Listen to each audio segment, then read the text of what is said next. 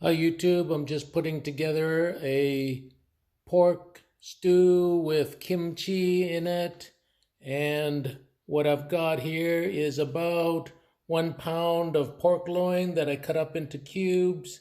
I've got some ginger that I've diced up. I've got kimchi. This is the type of kimchi, and it's about a cup of kimchi that I'm going to add into the slow cooker.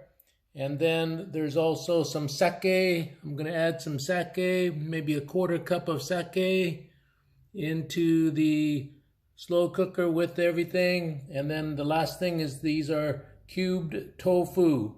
So I just cubed them up, and it was a wildwood organic tofu, firm. And I'm going to put all this into the crock pot, and then I'm going to put it on high for about 3 or 4 hours, and I'll see how this kimchi pork stew turns out. So I'll be talking to you in a bit. Okay, the first thing I've done is I've put the sake on the bottom, about a 1/4 cup on the bottom of my crock pot, and then I put the pork cubes in, and on top of that I put the ginger. And the next thing I'll do is add in the kimchi and stir it. Okay, I've added in the chopped kimchi just on top, and I'm gonna give it a stir. I want the kimchi to go up against the pork. I'm just gonna stir it in with the sake and the ginger, and I'm going to just mix it around. And next thing I'm going to add is the tofu on top of it. And just give me a second here. Hi YouTube, I've added the tofu on top of the pork, and I added about 1/2 cup of water, and it's just a little bit below the top of the tofu.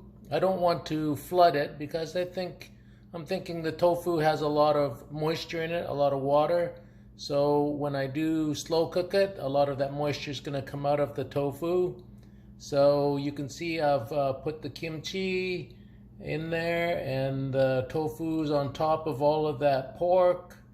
And I'm just going to put this slow cooker, I'm going to put it on high, and I'm going to let it cook for about 3 or 4 hours. I want to make sure that pork is well cooked, thoroughly cooked. So I'll get back to you in a sec after 3 or 4 hours. Hi YouTube, after cooking the pork kimchi stew on high for 4 hours, I added another cup of this kimchi.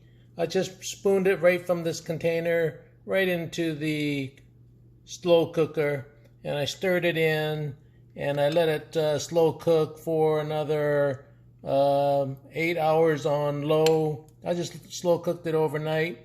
And this is how it turned out. I already took it out of the slow cooker, and I transferred it into a container that I can put into the fridge. As you can see, the larger pieces of kimchi are in there, and so in total I added 2 cups of the kimchi in there. And you can see that the tofu is nice and soft. In fact, some of it had broken down a little bit. And then the pork turned out great. It's got the nice kimchi flavor in it, and it's a little bit spicy, and you just eat it over brown rice or some kind of a starch. Maybe eat it over quinoa if you want to go a little bit lower carb. And I highly recommend this dish. It was fairly easy to make, as you could see. And thanks again for watching all my videos. Please like and subscribe, and I'll talk to you later. This is the pork kimchi stew. Bye for now. Hey YouTube, one last bit of information is that I normally buy this container from Costco, and you can see that I bought it like a month or 2 months ago. It was expires like in June, so it's normally good for like 4 or 5 months. And I'm starting to run a little bit low in this container. Maybe there's a quarter of container left.